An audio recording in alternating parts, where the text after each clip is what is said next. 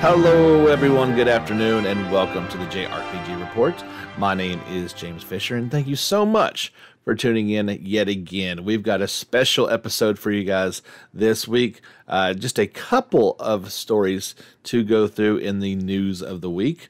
But this is our mailbag episode. Even though we don't have actual mail, we do have electronic mail from our Facebook page and our Twitter channel. I put the call out, and a few brave souls have answered that call, and they have submitted some questions and thoughts, and we'll go over those at the end of today's podcast. First, we want to get into a bit of the news, and I want to just completely apologize for the first 10, 12 minutes of last week's podcast. That was rough. I have made sure that the microphone stand is not actually rubbing against the chair. That was bad. My bad. But let's get into it. Like I said, we don't have a ton of things to talk about, so hopefully our questions will make up the bulk of the podcast. We're getting closer and closer to the arrival of Persona 5 Strikers. So I'm anticipating more and more media to come out. Yeah, because we are right at a month away. Less than a month, actually. We got a new trailer this week, and it's called The Phantom Thieves Strike Back. I don't know if that's kind of playing off Empire Strikes Back or just, that this is kind of a sequel to Persona 5. A sequel to Persona 5, not Royal, because sad day, no Kasumi in this one. But yeah, if you want to check that trailer out, well, you guys know where to go. That is our YouTube channel for JRPG Report. It's about a minute and a half long, I do believe. It's probably nothing that you haven't seen yet, but yeah, just getting you further and further hyped up for that. It's March, or not March, it's February 23rd for PlayStation 4, Switch, and PC, and you lucky PC owners apparently get the early access on the 19th. I know Dalton had said he's going to check this one out, and our JRPG Report weatherman will check in with. I think we know what we're getting with this game, so it's not going to be anything that's going to shock us. I think it's just going to be, does this live up to the level of Persona 5, because that's a pretty high bar, and I will be certainly interested to see what he thinks about it from an early access standpoint. Very jealous, and trying not to be mad at PC Master Race players. Coming up on February the 2nd, there will be a Nier Reincarnation official live stream. They're calling this number 0, which is just weird, but that is these Nier people for you. That's exactly what they do. It will answer questions from viewers, discuss plans for future live streams, and premiere the latest trailer for the mobile title Nier Reincarnation. This will be in Japanese, so you'll need some translation help. Remember, the game is due out on February the 18th in Japan, with a Western release also planned. I'm pretty sure it's going to be at a later date and time, but they may clear some stuff up, and we'll have that. If there's any new information, we will pass that along to you guys next week. If you've been looking forward to the game Haven, and yeah, I know it's not an actual JRPG, but it's got some elements to it, and it looks pretty cool. It's already available on PS5, Xbox One, and PC. It'll be coming to PS4, Switch, and the Epic's Game Store on February the 4th. Developer Game Bakers announced. Anyone who has purchased the PlayStation 4 version of the game will also get the PS5 version, and vice versa. For those people who are wanting both versions, you got it. Speaking of things you will need Japanese translation for, there was a first in a series of character trailers for Akaba's Trip, Hellbound, and Debrief. This is the remake of the old PSP game. PSP? I think so. I don't see it right here in front of me. Anyway, this one is coming out on PlayStation 4 and Switch May 20th in Japan.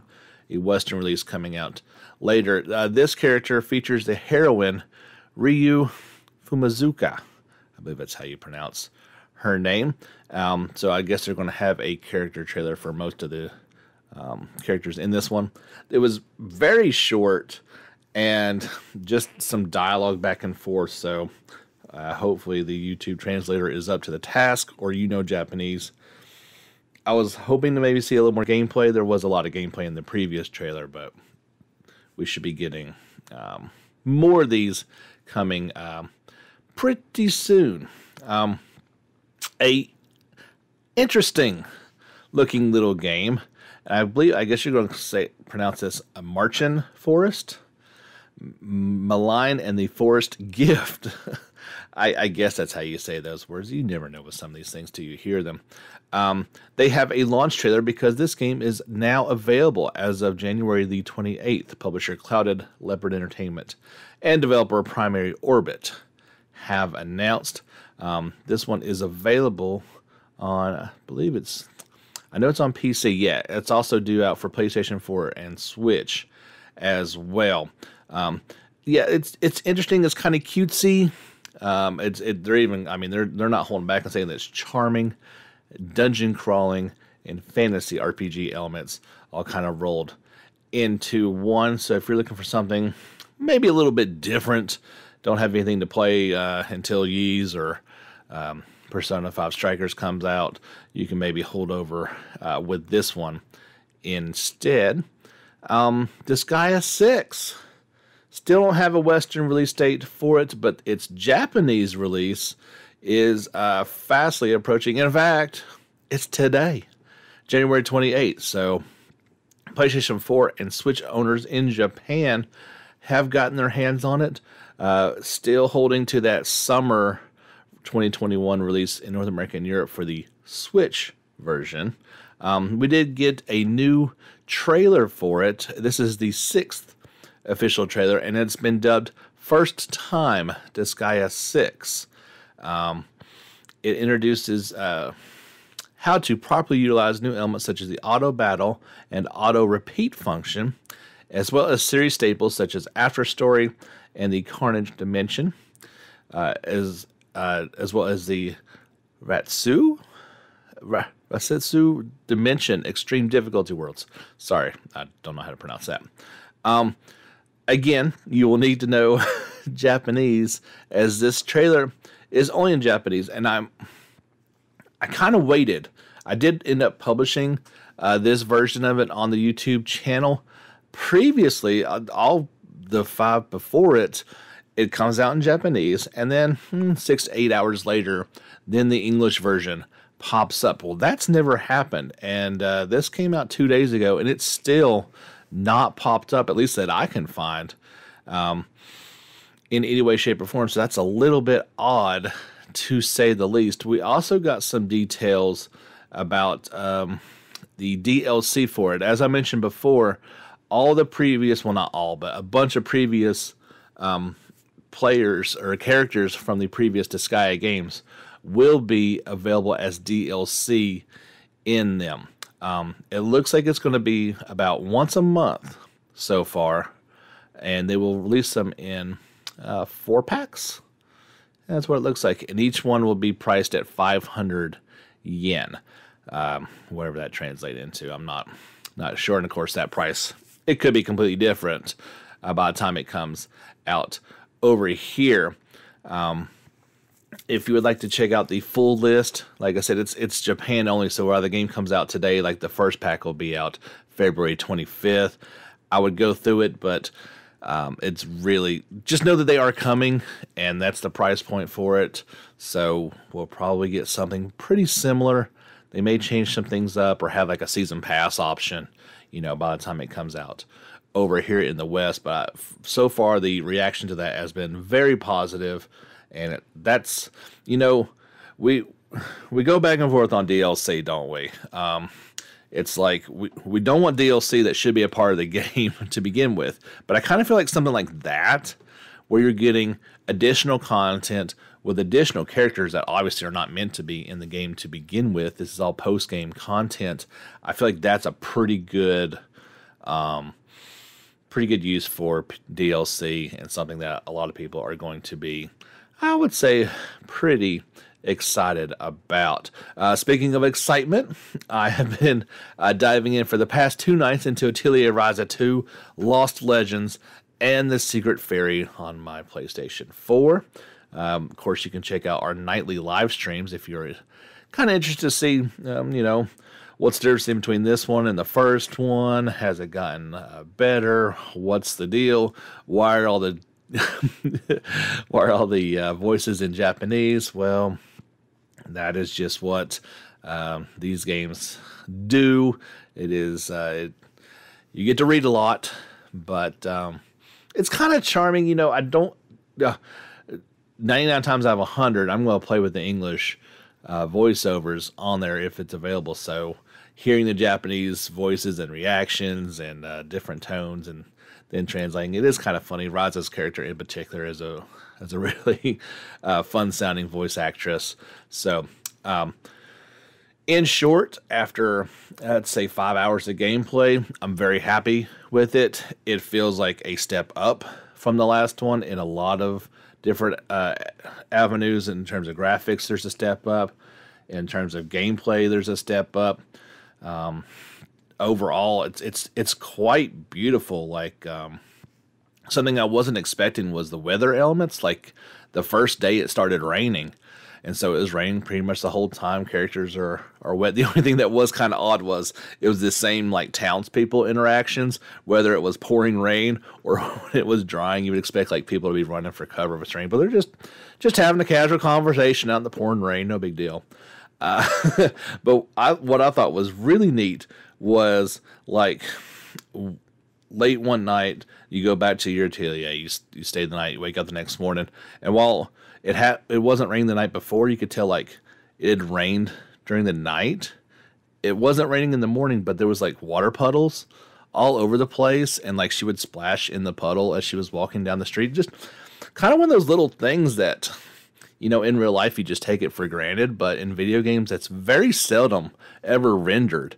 It's just not something you would even think about. So definitely happy. Like I said, if you want to check out, you can the previous 2 live streams, you can check that out, or you can join us every night about 9:30 to 10, somewhere in that time frame here Eastern Standard Time in America, and we usually wrap it up about 11:30 or 12. So do invite you guys to join along with me and have some fun conversation and see some Ryza and friends exploring ruins. Got a couple more fun stories to go through, and then we will get into the mailbag. Something I thought was pretty fun. If you are in Canada or the United States and use Spotify, well, you can now check out the album Mother Music Revisited. It is available. It includes 1, 2, 3, 4, about 10 tracks. It was announced back in November of 2020. There were physical editions came out yesterday in Japan. I had to do a little fast thinking there. But yeah, I might actually check this out here later. This sounds pretty cool. Some of the various tracks through the Mother Revisited album. If you've got Spotify, like I said, though, it's only in Canada and the United States. I don't know why it's not everywhere, but it's not. It was recently announced that in Japan, there will be a special Switch model coming out for Monster Hunter Rise, and it looks pretty cool. It's also going to be available in Europe.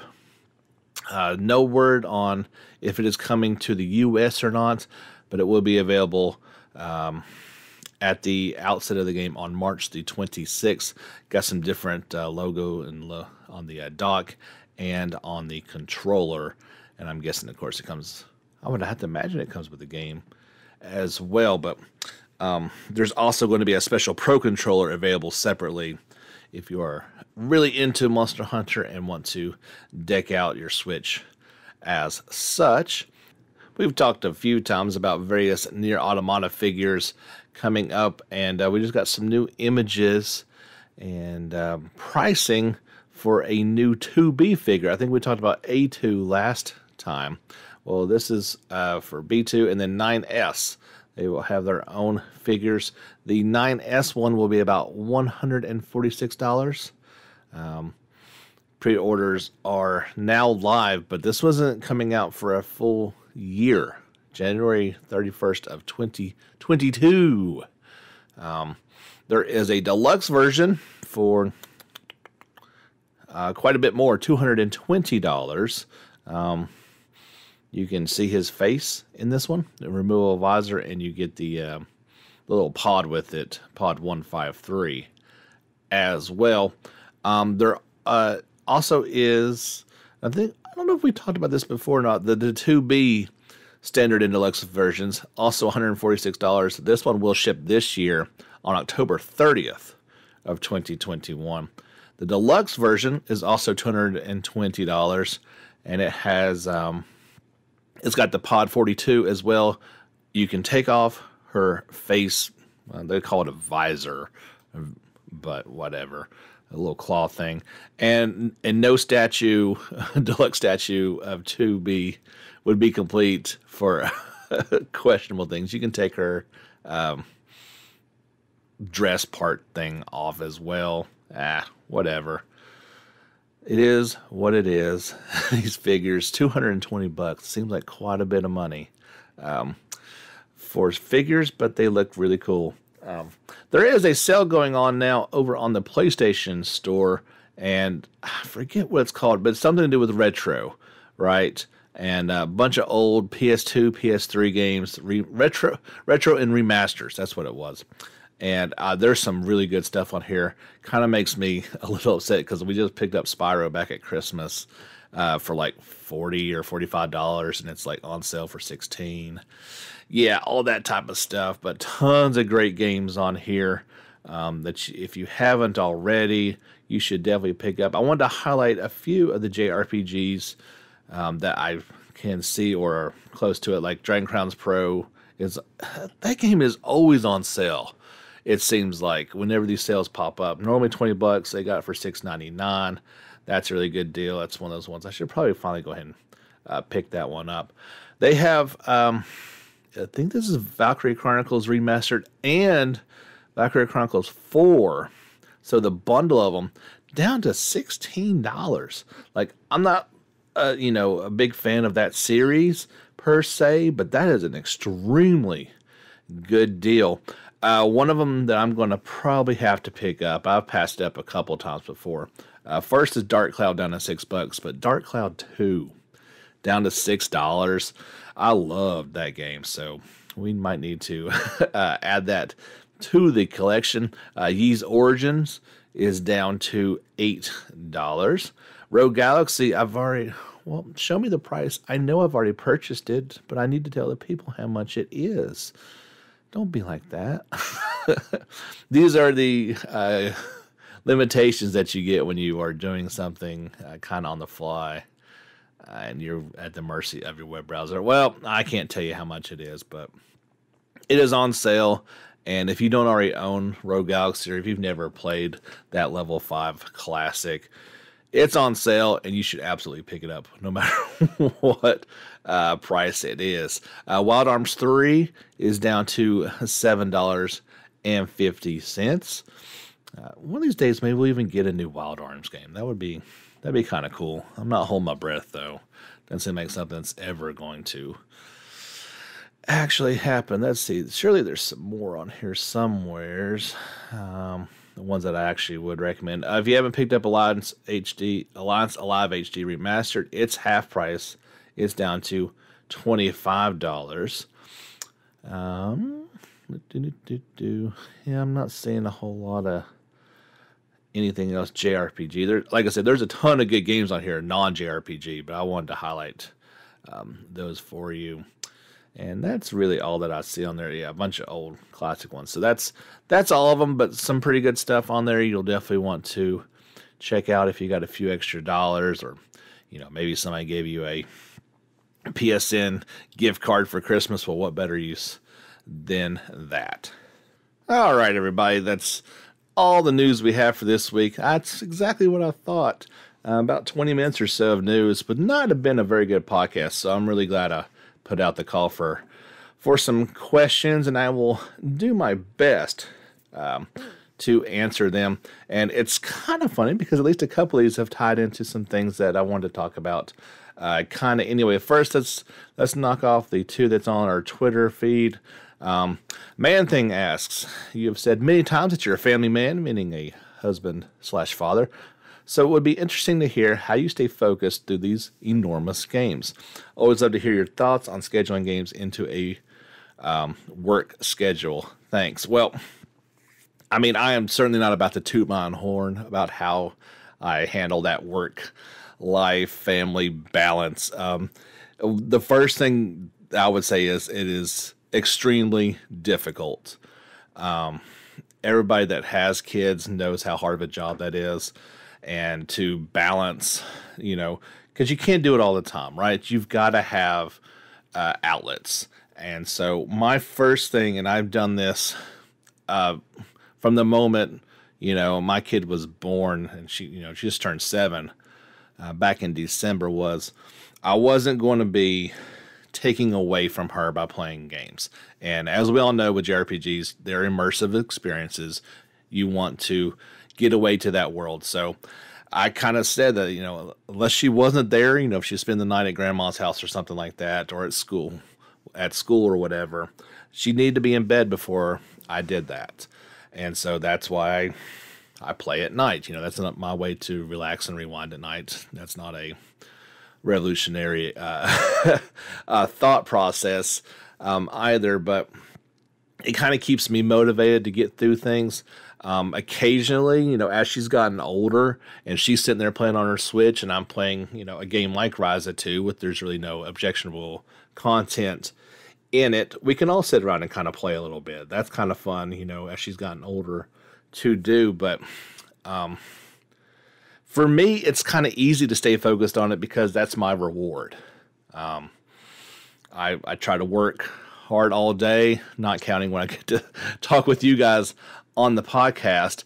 So that's always a lot of fun as well. But I'm so into these games, and I have been my whole life. It's kind of easy to do that. But I've had to take a week off from the podcast from time to time because life comes up or the kid's sick, and that's just a part of it. But what I would say is it needs to be, you've got to find that passion in yourself and be able to do that. And whether it's, your job or your family, you've got to enjoy those parts of your life as well, and never let video games or addictions or other things take that away from that. Because that's, at the end of the day, while games are great, I'm going to forget most of them.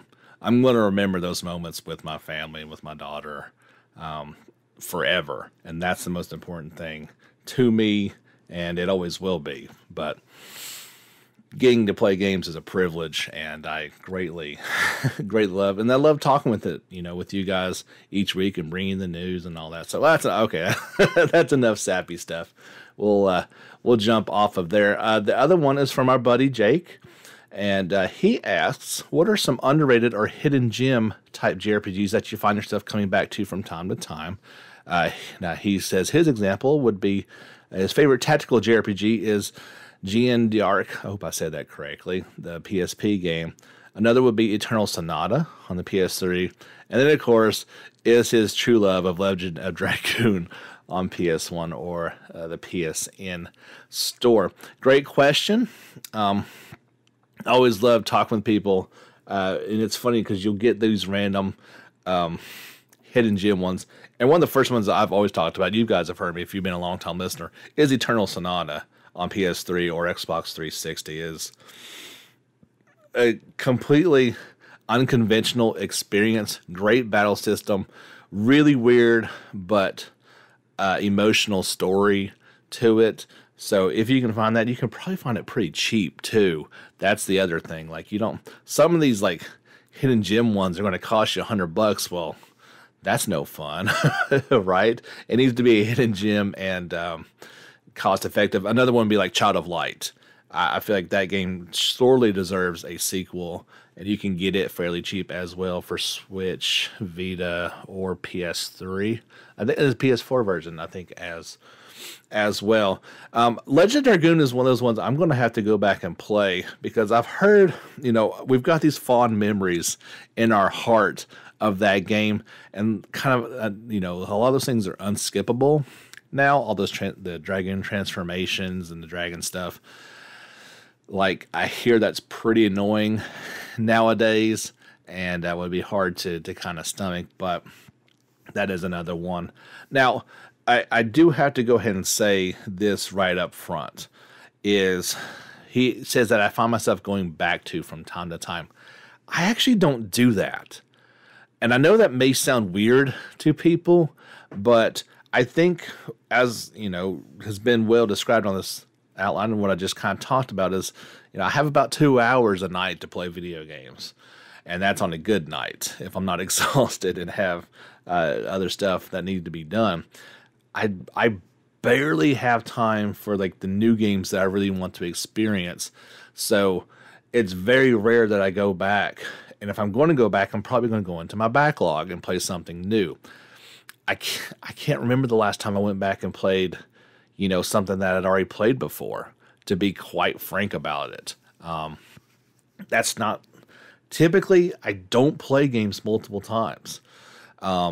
You'd have to go back in the day when I had a lot more free time to something like Dragon Quest VIII that I played 3 or 4 times through, or, I played the second version of a Dragon Quest IV when I got it on the 3DS, something like that, or, with Trails of Cold Steel, I played it, I guess, 3 times on 3 different systems. But very typically, like I said, I don't usually go back to the well and really play through something multiple times. It's just not something I have time for, to be quite honest. That's the only way I know how to kind of answer that one. So that's all the tweets that we had this one. Let's head over to the Facebook page. And I read that one from Jake on purpose for our next question from Ed, and he says, or asks, any Trails spoiler casts on the horizon? And I don't think I mentioned this too much, but I guess I probably did at least once. There is a Trails of Cold Steel 4 spoiler cast on the horizon, and me and Jake are actually going to record that on Saturday morning. This is Thursday when podcasts usually come out. We are going to, fingers crossed, and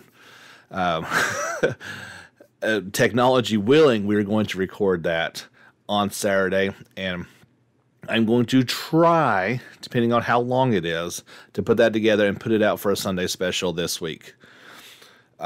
Worst case, it'll be next Sunday special, but that is a special spoiler cast that is just, if you've not played every minute of all the Cold Steel games, and, well, you really need to have played all of them, or at least know what's going on in all of them, to get the full breadth of it. It will spoil everything. So that is going to be listener beware for sure. But yeah, hopefully I'll have that for you guys on Sunday, the big spoiler cast episode. Worst case, it'll be next Sunday. So be looking forward to that. Me and Jacob, he actually put together a pretty good little outline, and we're going to kind of go through the game in series and really start connecting some dots and doing some deep dives on stuff. And I feel like that'll be a lot of fun. But yeah, that's kind of answering one question with another.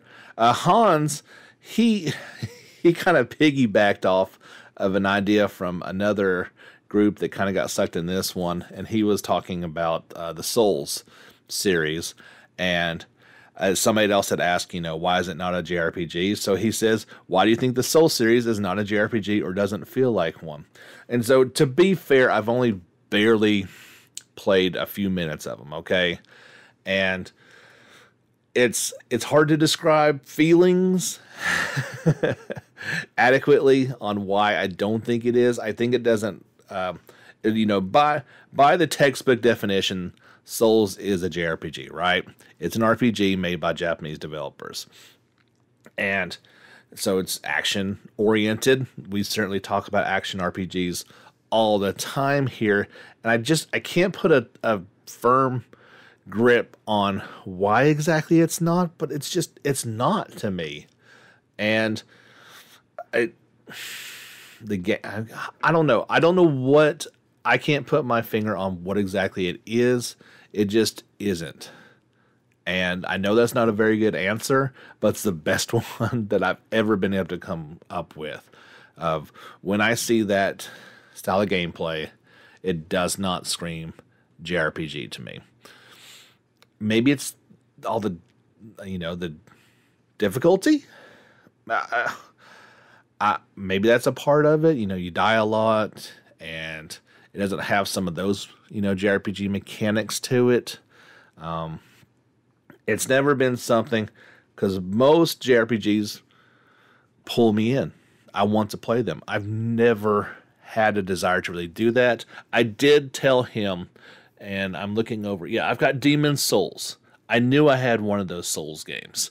So I will once I get to the streaming and stuff, I will do an episode or a let's play Souls, and maybe by playing it, I'll be like, oh, maybe this is more like it than I thought it was, or maybe it'll reaffirm my opinion. But until I guess I really sit down with it and give it a full chance. I mean, I own one. At least I can't say I don't own it. I just haven't got a chance to play it. So maybe that'll be a very interesting let's play of, is Souls a JRPG or not? And I'll be able to completely answer that question here at some point in the future.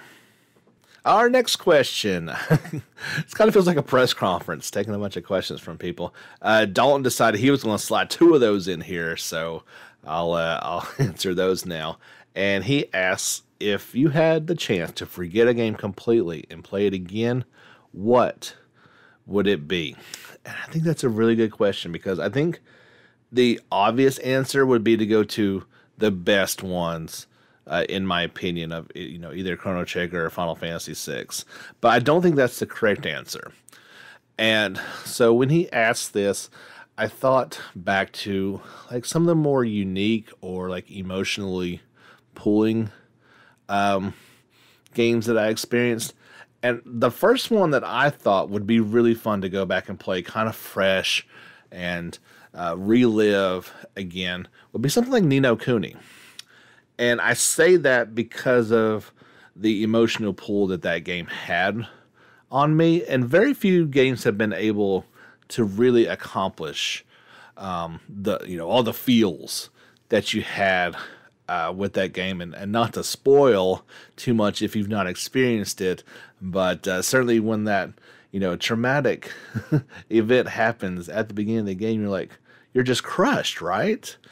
And all through the game of trying to put it back together, and Mr. Drippy and all the adventures in that world, and the music. I think the music is so important in games like that, and truly great games of adding to your experience of a game. So that was one of the first ones that popped up. Maybe, something like Earthbound, where it was so different and so unique and really hasn't been properly done again since then. That the realness of that game, and while it was still zany and completely twisted and crazy, it was still set in the real world.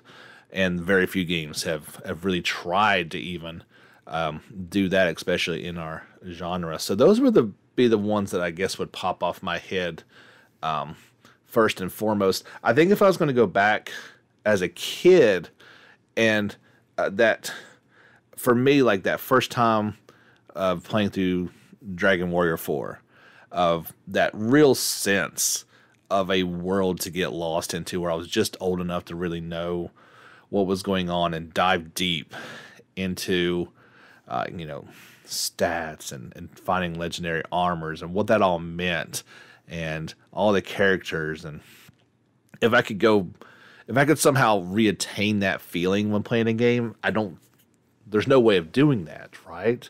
Because it hit at that time frame that was so important in my life. But those would be the ones that would pop off my head first. And I think that's a question that, each one of us would have a completely different answer to. And it's a pretty darn good question, sir. This one's a good one, too, that he had. He said, if you had to piece together mechanics and visuals from different JRPG games, what elements of which games would you combine to make the ultimate experience? And I probably need to think about this one even more than I did, but I did write down a few things to try to answer his question. I think now, like if you'd asked this question a year ago, it might be completely different. So now, ever since Remake has come out, so your graphics need to be that great, right? The music needs to be that great, and the voiceover work needs to be that great, okay? I think the bar has been set ridiculously high with those things, and kind of, graphics in general. Final Fantasy has always nailed that. Now, they have completely dropped the ball on a couple different other areas, but, they've always said, we're going to make graphics are going to be our thing. We should probably put some more time in otherwise, like telling a complete story or making a fun battle system. But looks-wise, it's hard to ever knock them. Every time a new one comes out, they have that wow factor to it. And sound has also been kind of that way too. Especially as you're playing through Remake, you're like, my goodness, they nailed the sound on this thing. It is pitch perfect. Another example of great sound to me would be like Dragon Quest VIII. So both things, you've got that full orchestra sound to it. That is, you can get by other ways, but just that big full sound is kind of hard to beat with the proper game implemented into it. Now, battle system. You guys know my turn-based, so that's going to be the sticking point. So I want something that looks like Persona 5. I loved all the different buttons doing different things. It made a turn-based battle system go extremely fast, and I liked it. Cold Steel 4, 3 and 4 kind of picked up on that and made it very similar. I guess I'd probably prefer Cold Steel over Persona 5s, just because I don't like, P5 got a little annoying at times with all the elements, and you could easily either make everybody weak and wipe them out, or they could do the same to you. But I've always loved the idea of Grandia's battle system in terms of a timeline of things, a constantly moving bar. It just makes the need for so much more strategy involved in it while still being turn-based, essentially. Now, it can get extremely frustrating as well with cancellation attacks, but that was kind of just built, it's baked into the formula, right? They could do it to you, you could do it to them. So I love that idea, and but maybe when it actually happens, it can be a bit frustrating. In terms of like game and world and narrative building, the Legend of Heroes series is second to absolutely none, especially after experiencing this latest arc. Unless you have played these games, you really have no idea the amount of information, the amount of characters, storylines all converging into this big thing. No other game has tried to do it, and I'm not sure anybody even wants to try to do it because it's such a huge task. So if you can somehow implement that into it, you're good to go. Like I mentioned before, the voice acting, like I don't necessarily need my NPCs to be voice acted, but as terms of characters and people that you interact with, that main NPCs, I guess if that's a thing, voice acting on that level, because after playing Remake and then playing Cold Steel, it's kind of like, wow, like this could definitely use a bit more voice acting, and certainly not the spottiness of it. Now, one thing I would throw into is the more you could implement in the game mechanics of a series like Suikoden, where I love, at the same time, I love the idea of a big party. I don't either. I don't think you should have, let's say, 4 characters and that's your party for the whole game. While that's kind of great sometimes, I do like to be able to choose to a certain aspect. Now, Suikoden kind of takes it to the max, but you need a lot of players, right? But yeah, like I like to have things that I can kind of build, and you don't need a town per se, because something like Ni no Kuni 2 completely did it wrong. But those little things are nice. As I've gotten older, I've learned that I don't actually like a lot of mini games. A good fishing element in there is fine, but I don't really need snowboarding in every other game. I certainly don't need Palm. Unless you've played Cold Steel 4, you don't know Palm or Vantage Masters or any of these other games. I just don't care. I know, going back to Final Fantasies and the Triple Triads and all those games, I just don't care. I'm sorry. So I don't need those in there. And I'm sure there's a few other things that I could also comment on. But in terms of looks, I do like the Trails look overall.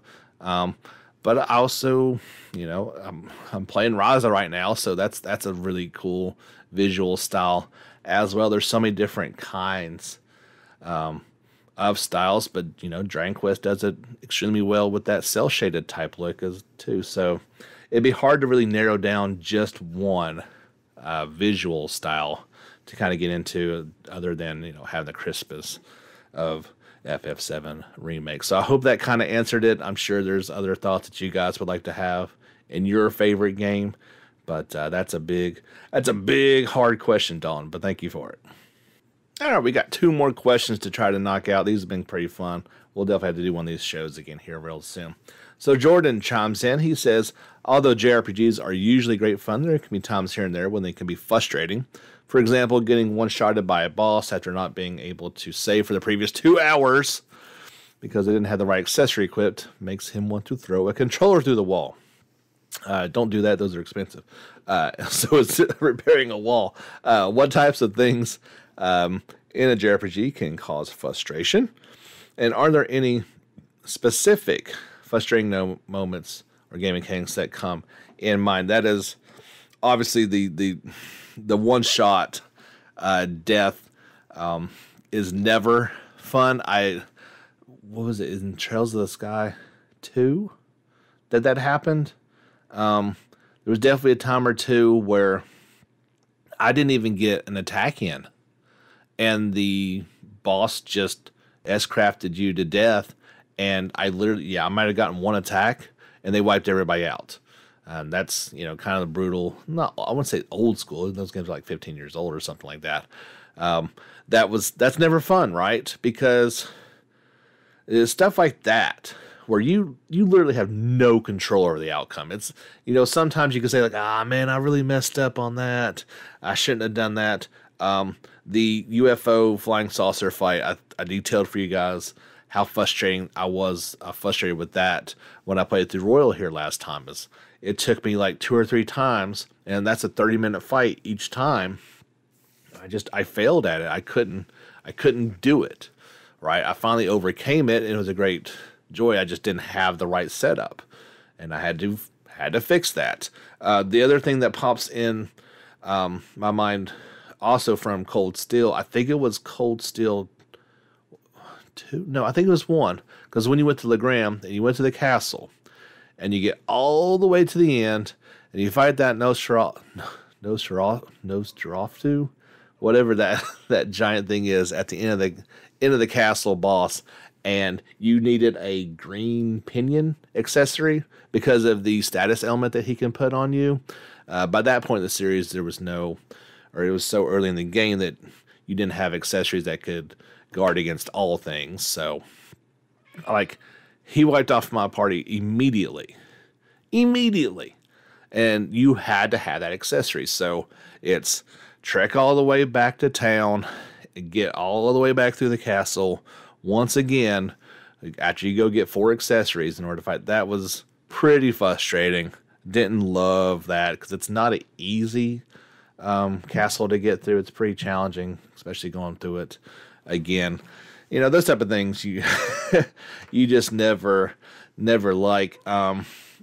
Those are the things that frustrate me kind of the most. Yeah, that there's nothing quite like you go for all this time, you can't even get to a save point, and then all of a sudden you're dead before you even know it. But that's just that's the deal sometimes with our genre, right? It can, or you're just chugging right along and you hit the wrong type of enemy at the wrong time and you're dead before you even know it.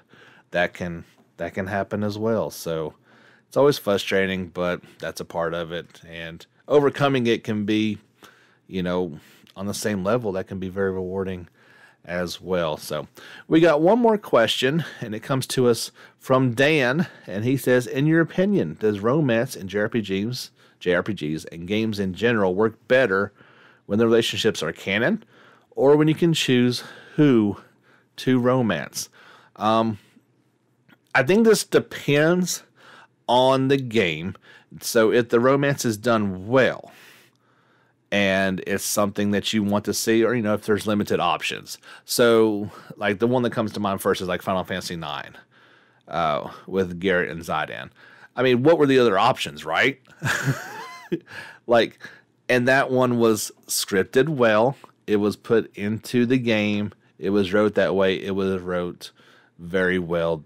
There shouldn't have been any options. Like, that is the option. Oh, thank you, Kat, for making an appearance, and we'll get you out of here. I think what you're talking about more recently, and in particular, is like Cold Steel. So in the games, if you go back to the other Trails games, you don't have any choices. So in Cold Steel, in each of the games, there are romantic options for Rean. You can choose them. And so the game wants you to pick Elisa, right? That is the canon answer.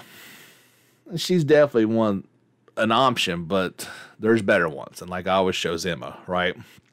And I felt like the game should have recognized that I picked that and made it more accordingly, and not like starting back to zero each time, basically.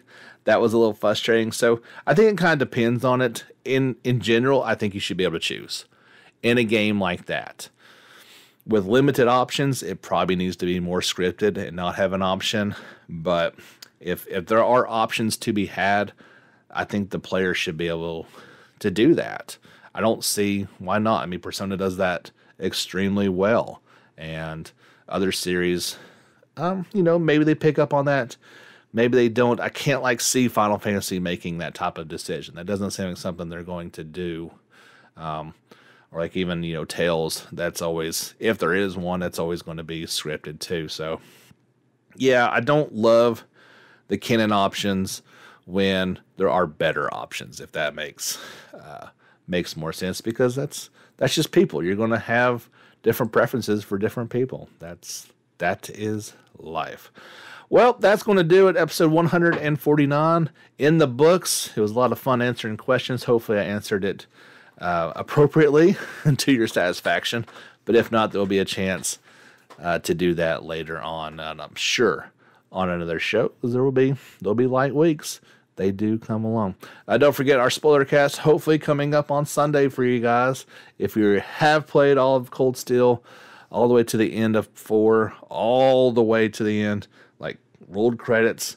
Otherwise, you don't want to listen to this thing, because we're going to be talking about everything. But yeah, hopefully coming this Sunday, worst case next Sunday. Look forward to it. But we'll be back next week with another podcast. I will quickly mention tomorrow, if you're listening to this on Thursday, Friday, we're going to do a test live stream for the retro JRPG thing. I'm going to shoot for about noon if all things go well. So check out our YouTube channel or Twitch channel, JRPG _report, I believe is what it is on Twitch. But if you want to tune in and see if I'm able to make this work, that'd be cool. I think we're going to start with Tuesdays and Fridays from about noon to 2. But But tomorrow is the big test, and if you want to show up, I'm kind of still gauging about what game I want to play. I don't know for 100% sure just yet, so show up, and maybe we can have a fun conversation, if nothing else, and see if we can get this thing a-rolling. Nightly live streams with Atelier Ryza 2 going on each night, about 9:30 or 10, and we'd love for you guys to come and hang out with us. That'd be a lot of fun. Till next time, guys, on the JRPG Report, we'll be back next week. Get back out there and level up.